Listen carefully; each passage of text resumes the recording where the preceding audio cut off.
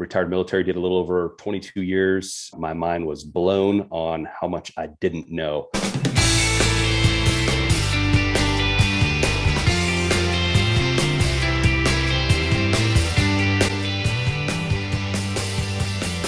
Welcome to the Digital Defender podcast. Before we jump into the full episode, remember those gifts are down in the description. You have the free downloadable and printable targets, as well as the free year's access to the online training course and community where you can go in there, work with all the instructors. Plus, there's a bunch of hidden bonuses as well.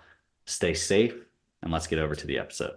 Welcome back to the podcast, everyone. We're glad you're here. We got a great guest on for everyone tonight. We have Rob Schoening from LHGK. Rob, glad to have you on, man. Thanks. Hey, Frank, thanks for having me, man. Appreciate it. Hey, no problem. Like I said, I appreciate you being on. Listen, give me the down and dirty. Walk me through what got you started. Give me that bio on yourself to where you are now and what led to the start of your company. Yeah, so I am a firefighter, paramedic, and tactical medic in the Midwest, Southwest Iowa. Retired military, did a little over 22 years, combination of active duty, Army National Guard, Air National Guard, been around firearms my entire life. Was a medic in the Army, Army National Guard, and the Air National Guard. So I've always had real strong desire on the medical side. And so all of that kind of just led to me jumping in and taking a class back in like 2008. After I'd already had a handful of years in the military, went to my first class, and my mind was blown on how much I didn't know. And so that sent me down this crazy rabbit trail where I just started taking classes like crazy. From there, I started hosting classes, and now I'm to the point where I still host lots of classes. I take more classes than I host, and of course, offering a handful of classes, pistol, carbine, TacMed classes here locally, and then travel regionally as well.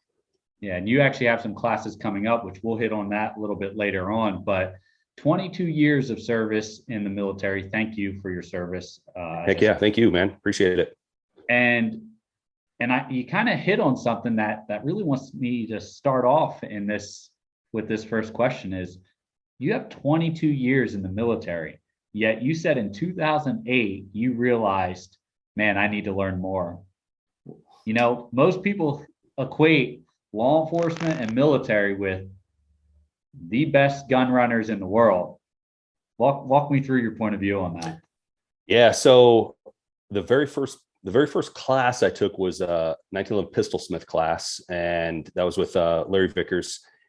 He encouraged all of us to go get more training. So I signed up for a T-Max class with Pat McNamara.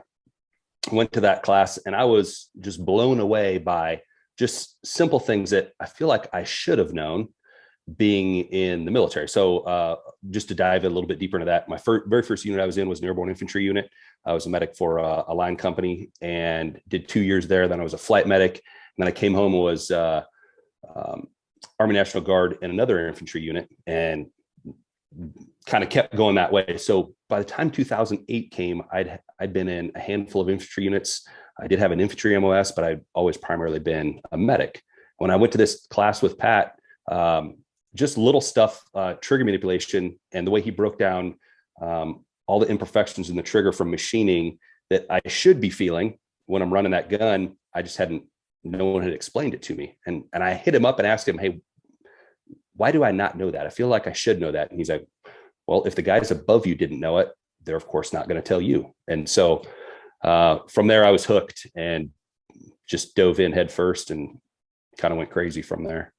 So I have such a similar kind of story when it comes to that is, you know, military from the point, you know, I grew up with guns, grew up hunting, thought I could shoot because I could hunt, hit the military. I shot really well in the military, always shot well. And then I took my first instructor class, and my lead instructor destroyed everything I thought I've ever known about firearms handling and manipulation, and just completely blew my mind with it. And it just goes to show, and listen, big military, big law enforcement, both had careers in both of them, but you don't always have that proficiency that you can have just because you're in those professions. In my opinion, you know, Right. I've said this before on a podcast. I had a Marine that went through the academy with me, a partner of mine. We worked for the same agency. And when we got to the firearm call in our law enforcement agency, he's like, Frank, I can't hit the broadside of the barn. And I'm like, dude, you're a Marine. He's like, dude, I've never shot a pistol in my life. He's Right. like, I only ever shot rifles in the military. And that just opened a whole avenue for me. And I was in the military, and I still had that almost biased opinion myself. Yep. So it's kind of refreshing to hear another person say, hey, went through the military, and then even late in my career in the military, I realized there was a lot more to learn when it came to firearms. Oh yeah. Go ahead. I was just going to say, I mean, it's such a small piece to everything else that you're doing. As a medic, I'm trying to learn infantry tactics. I'm trying to learn medicine, all that goes with it as far as treatment, transport, everything else. And then, so the gun is a very small piece of that, at least in the standard line infantry units that I was with. I think the higher level you go, of course, you're going to be exposed to more firearms training and the like. Yeah. I think statistics came out where they said, I think it's roughly 10% of military are combat military or have seen combat. So it's one of those things where it's just a natural bias. I shouldn't even say bias. It's the term I'm looking for here. Just inclination. That's what you think. That's kind of how you're socially programmed to think. And that's just kind of what it is. I guess TV and media just kind of pushes it down there. But another thing that kind of jumps out at me is you really focus on the medical side. And I hit the medical side after I got out of law enforcement. I became an EMT because it was actually something that would help me get my dream job as a backcountry law enforcement ranger. Mm-hmm. And it worked out perfectly. But then I found out that, man, you're going to use medical far more than you ever use your firearm. What's been your take on that? Oh, 100%. I mean, from grandma tripping on the curb, walking out of the grocery store, to car wrecks, just regular medical emergencies, somebody having a stroke at Denny's or whatever else the case may be, the likelihood is so much higher. And it doesn't take a whole lot of knowledge, education, experience to make a big difference. Recognize there's a problem, get 911 coming fast, and do what you can with what you've got right there. Can really save the day. Rapid CPR is huge. Just being alert to the fact that is there an AED in this whatever place of business it is? Do I understand how to use it? Can truly save somebody's life rapidly. So, of course, I believe in that. Push it. I think it's an awesome thing to think about. I was before we jumped on here, I was watching a video review on YouTube for one of the classes you taught, and the young man that was doing a review on y'all was saying how you blew his mind just talking about your big three and discussing, hey, what to look for straight off the bat. And one thing that he was really surprised about is how you focused on assessments and then rounding it all out in the end, which was actually evacuation to a mobile unit to get them to advanced medical. So you made an impact on him. Is that something you tend to harp on a lot in a lot of your medical classes?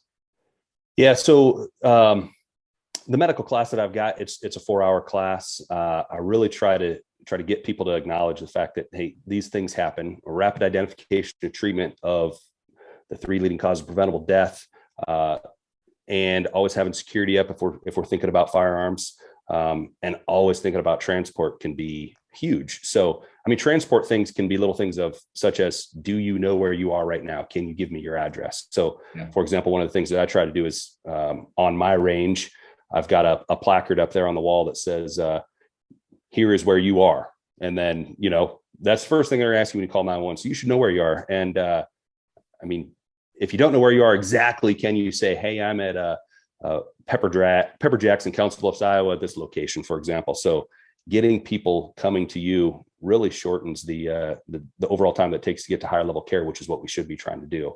So little things like putting the dog away, turning the lights on, having the doors unlocked, all those little things help the first responders get there and go to work rapidly without having other distractions. And that's what we want. So, oh my Lanta, right off the bat, just put the dog away. I can't tell you how many times I've shown up to a scene. Exactly. Yeah. The dog's bigger than me. And I'm like, man, I'm not afraid of dogs, but that's a big dog. Right. So it's, yeah, that is a key. I'm actually going to steal that one and put that into my safety brief now for my TacMed class. Yeah, do it. I appreciate it.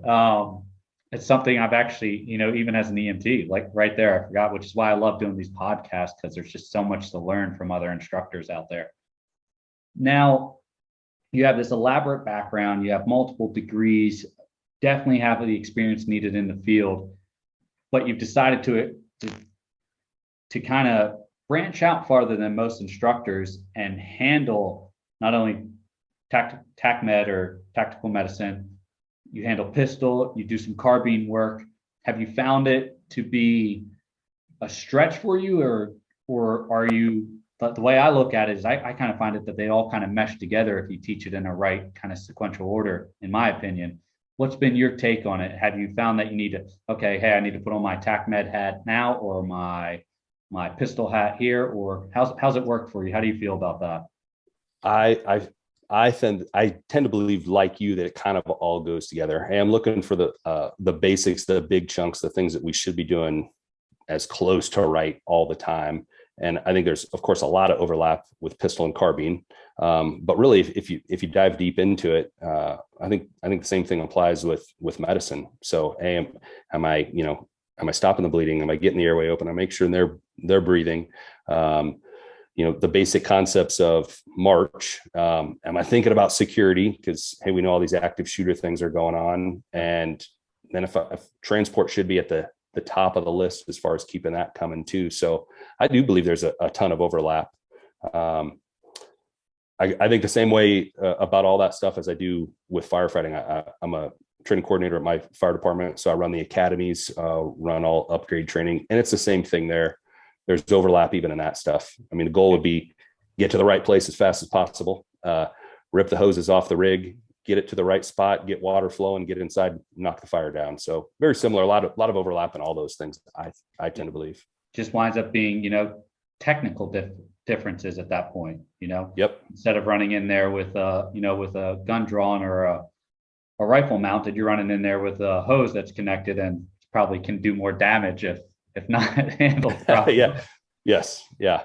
Every time I think of a fire hose, I actually winded up, this is well before my wife, and she'll kill me for saying this, but I actually won a bet. I had this indestructible phone. Since then I've always bought the same phone, and I won a bet for a date. I said, hey, I bet you I'll blast my phone across the flight line with a fire hose and it'll still work. And I had a bet to win a date so that I could get someone, because in the military, when you're young, shoot, I didn't learn how to cook till after I was out of the military. So nice cooked meal, but it worked, and my phone still worked. It looked pretty chewed up. I like it.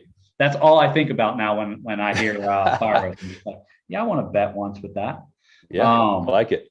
But so you take these, you lay them over. Now I'm looking at a photo over here on my other screen, and I'm seeing like this old kind of barn range setup. Is that your facility I'm looking at? Yeah. So I've got a little over 10 acres here at my place. I walk out my backyard, I'm on my range. I've got two different ranges set up. I've got a short range. I call it the short range.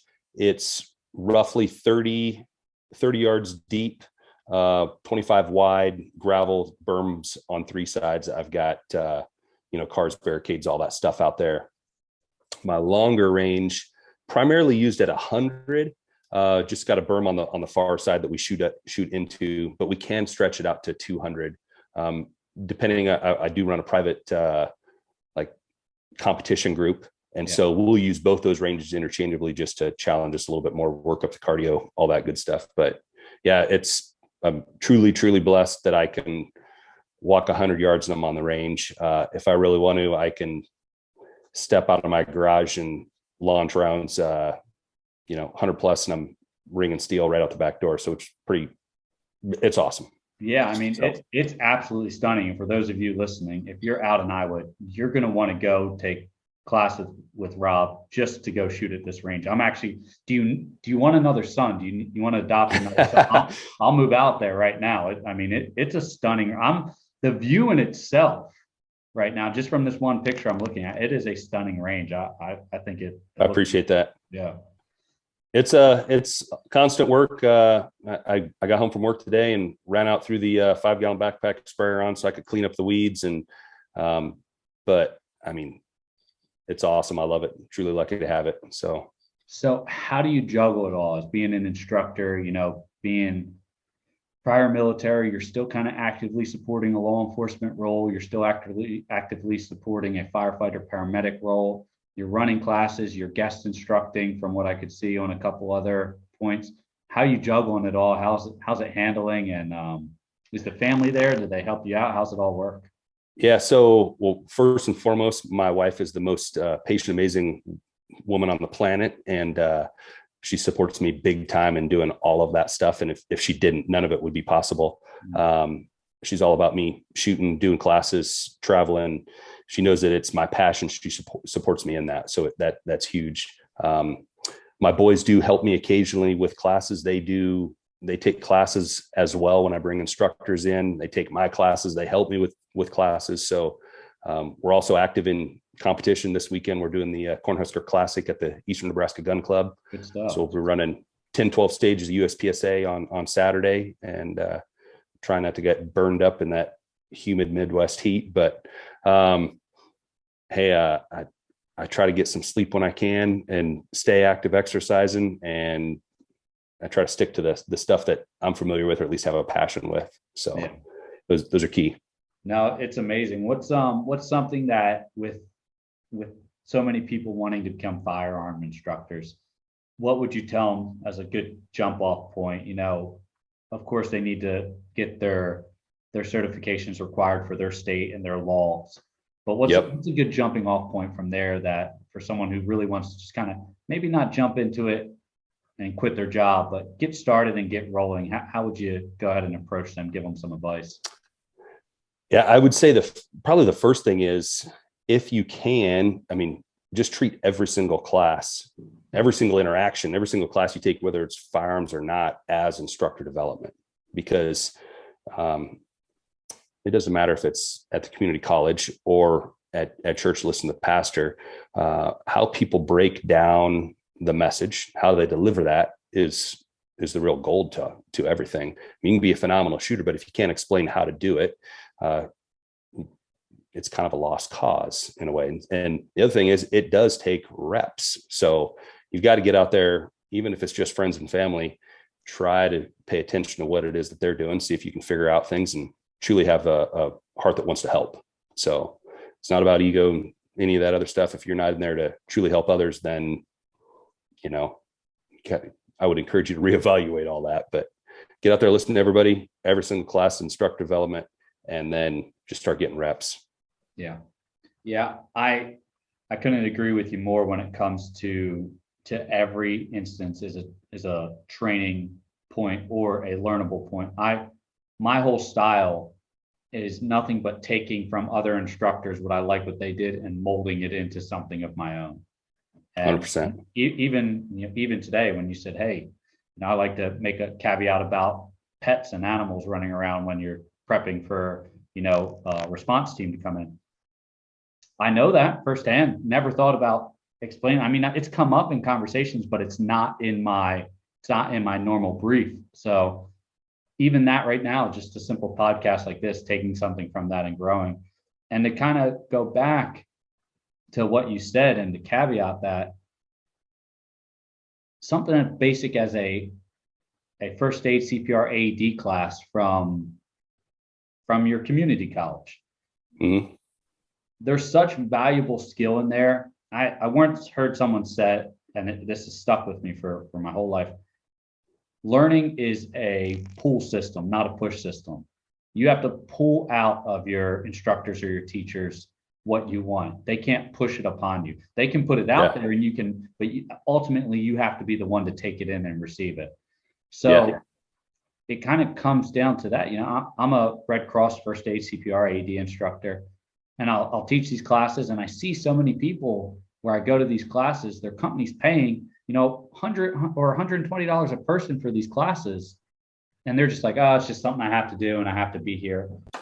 And in my mind, and you never say this to them, but because you're remaining professional, but in my mind, I'm always thinking like, this is probably one of the most valuable classes you could ever have in your life that will help you or a loved one at some point in your life, statistically.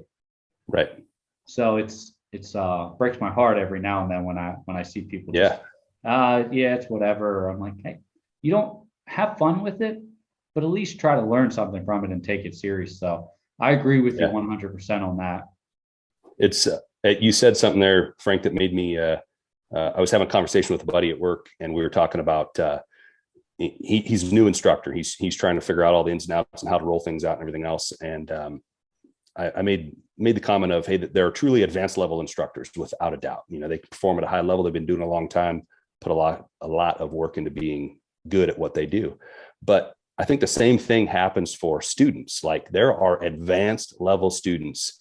Doesn't matter what it is we're talking about. I'm trying to do exactly what you said and pull everything out of there that I can, because I want to be good. Right. So advanced level students, advanced level instructors, if you truly operate in a high level, I think one's going to complement the other big time. Yeah, so you had made another comment about repetitions, getting out there and practicing. How do we do that these days with ammo being so difficult to find, prices being so high? If you do find it, you almost have to buy it right there on the spot. Otherwise, if you come back and try to order it later, it's going to be gone. What's your advice for new shooters, or even, I want to say the everyday shooter, or just the everyday plinker that, hey, I like firearms. I'm an enthusiast. I train. I obviously care about self-protection, but I don't have the money to go to the range and dump 200 rounds a day once a month, or even once every 3 months or 4 months. Yep.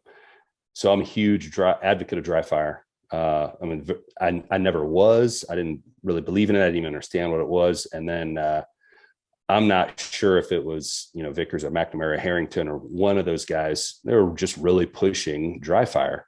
And I'll probably mess up the numbers, but it was, roughly 5 dry fire reps for every 1 live round sent down range. And I was like, all right. So I kind of took that in, and like I said, hey, I've got a range in the backyard. I've got a reloader. I do all that stuff. I still do more dry reps than I do live fire. Yeah. And it's the same thing as if anybody here does USPSA, we look at those stages, we try to figure out what it is. I will figure out I'll navigate through everything, figure out what I'm going to do. I'll run through it in my head as many times as I can before it comes time to actually shoot it. And then all I'm doing is the shooting piece. So I think dry fire fits into all that. And you can do it with jiu-jitsu, you can do it with medicine. You can practice dry fire with your tourniquets. You can do all that stuff without putting it on. Same thing with ripping hose off of a fire engine. I've got a certain way that I can do it and visualize it. And so then next thing, all I'm doing is putting hose in my hand and walking through the motion. So yeah. I can't stress dry fire enough, or dry repetitions. It gives you the opportunity to figure out what works and what doesn't. And if your holster is messed up, if your shirt keeps getting in the way. And of course, I would always encourage people, I cannot stress it enough, to video yourself doing all of that, because I tend to feel that we don't realize what we're doing until we watch it. I can tell you, hey, you're doing X, Y, and Z. No, I'm not doing that.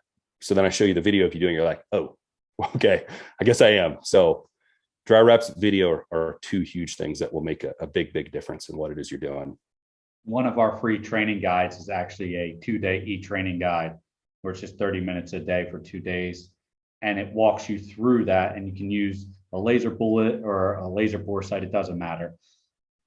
But you put that in, and then one of the things that we say is set up your cell phone with your camera facing you and record yourself for every trigger press. Do your solid trigger press, scan your area, whatever your normal routine is.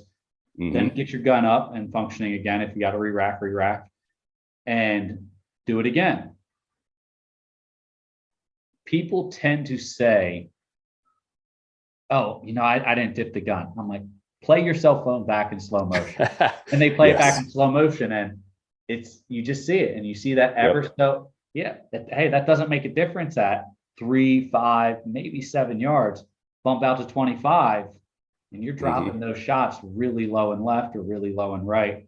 Yep. And that's kind of why we adopted using technology, that, and because I'm in law school, like I told you earlier, and I had to adapt. But it's one of those things where when I became a virtual instructor and I saw the use in that $250,000 machine, I was like, man, how do you get this out to more people that can afford it? And there's so many other programs out there, and there's so many simple things, just like using a laser bore sight in your cell phone is one way to do it. The dry fire component, I think, I've had people say that so much on these podcasts. The first time I was doing the podcast, I'd mentioned it, and the comment section turned into a dumpster fire. I was getting ripped apart. It was so much fun to watch. And I was like, man, keep going, because you're just feeding the algorithm, and YouTube already limits my algorithm. So I was like, hey, just keep going.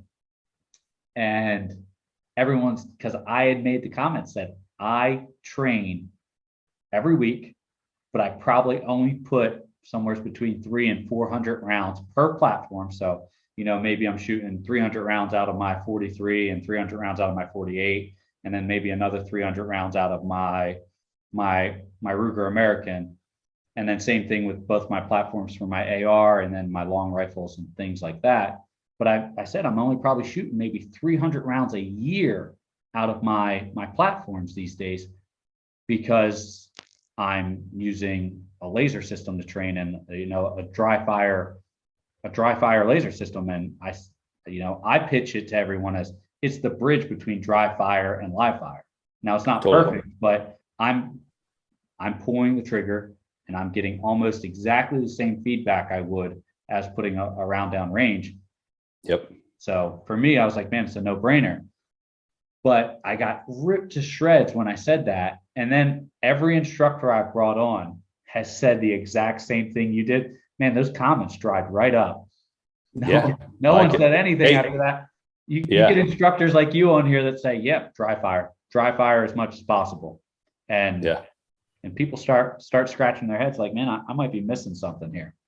Yeah. Of course, hey, if I had unlimited amount of ammo, I would shoot more if time was no issue as well. Yeah. But hey, that's not always the case. Like you said, ammo is hard to get. It's expensive. When you go to the store and it's there, you better snag it up, or the next dude standing behind you is going to. So how can we make that training time valuable, still get lots out of it? Hey, just work that in. It's part of the whole, it's nothing different than stretching and eating right and drinking and all that other stuff for working out. So. Well, I got one last question for you, and I'm going to circle back around to the beginning here. Yeah. We were originally talking, we started with kind of military. I recently, or when I say I mean my media team, recently did a survey of about 20,000 veterans. Now, we didn't get 20,000 veterans to get back to us, but we got a good number. And we asked them, what is one reason you don't train that much anymore? Now, we got the typical ammo's expensive, time, of course, difficulty getting ammo, those big ones, which is, why dry fire comes in handy and helps train. Yep. But another one that we got that was pretty popular from the veteran crowd was, I don't need any more training. I already got enough training from the military. Right. What would an instructor of your caliber say to a comment like that?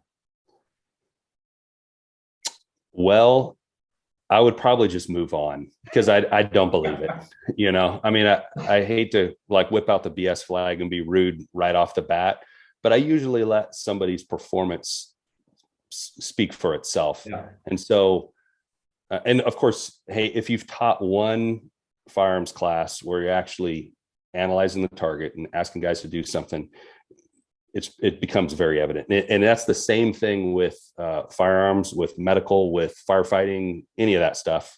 Hey, I'm good. I've been here 20 years. I know how to do this and I do it well. Awesome. Do you mind if I video you? Do you mind if I put you on the timer, et cetera, et cetera, et cetera? And usually we see that everything speaks for itself. So It's just one of those deals. It's really hard to convince somebody that, I mean, I hate to say convince them that they suck or that they need to have training, but I mean, I see it every single day across multiple platforms, from my own classes to teaching with the fire department to working with multiple law enforcement agencies. The guys who want to do well usually just run laps around the guys that think they're good enough, regardless of how long they've been there. So, that brings me to a story of my own here. For my law enforcement call for the federal sector, we shoot 60 rounds total score out of 300. And I'm usually a 295 or above shooter for the most part. And then I went to my firearms instructor course with the Federal Law Enforcement Training Center. And they don't even allow you to tell them your name until you shoot the qual. So when you first get in there, before you're even allowed to take the course, you have to shoot the qual. And it's a little bit of a different qual, but it's still out of 300 points. And they require you to have an 85% tile before you even, because they said, hey, if you can't do it, you can't teach someone to do it. Now, Granted, there's some people could potentially argue that if you could do it at one point, you could probably still teach. But at the same point, that's their stance on it. They said, hey, we don't want law enforcement officers and instructors to be teaching that can't perform the tests that they're trying to teach their students. Yep. Every person, including myself, went in there and probably dropped 15 points on their score. I shot a 285, and I hadn't shot a 285 in years. Just that added stress of saying, like, hey, they're going to kick me out as if I mess this up at all. Just that little bit in your brain through myself and 12 other federal law enforcement officers who were great shots. We all dropped probably 15-point average on that on that initial qual, just because they said, hey, we don't even want to know your name until you shoot the qual. Yeah. So that's kind of always been my stance on it is, even if you've got some of the best training in the world, never hurts to get more. Right. But that's always just been my stand. So Rob Schoening, you're out of Iowa. You're up there with LHGK. And you got some classes coming up, or you got one coming up on July 23rd from what I see here, right? Combatant handgun solutions. So anyone looking to jump in there, and you got a whole bunch of details on your website, on your Facebook page. We're going to have all those links down below in the description, both on the video and audio podcast. And for anyone looking to jump in on that course, how do they reach out to you? Yeah, so that class right there, Combative Handgun Solutions, is one that I'm hosting my buddy Lane. He's a USPSA Grandmaster. He's a black belt in Brazilian Jiu-Jitsu. I've hosted that class 4 times, I think. Anybody's interested, hey, they come out, knock it out. There's no live fire in the class, plenty of techniques for firearms and just combatives as a whole. And then there's role-playing scenario type stuff. But shoot me an email. I can send you an invoice, knock it out quick and easy. Sounds great. And all that information to contact Rob will also be down in the description as well. Rob, hey, I can't thank you enough for coming on again. I appreciate it. Yeah, Frank, I appreciate you, man. All right. Well, we will catch up soon.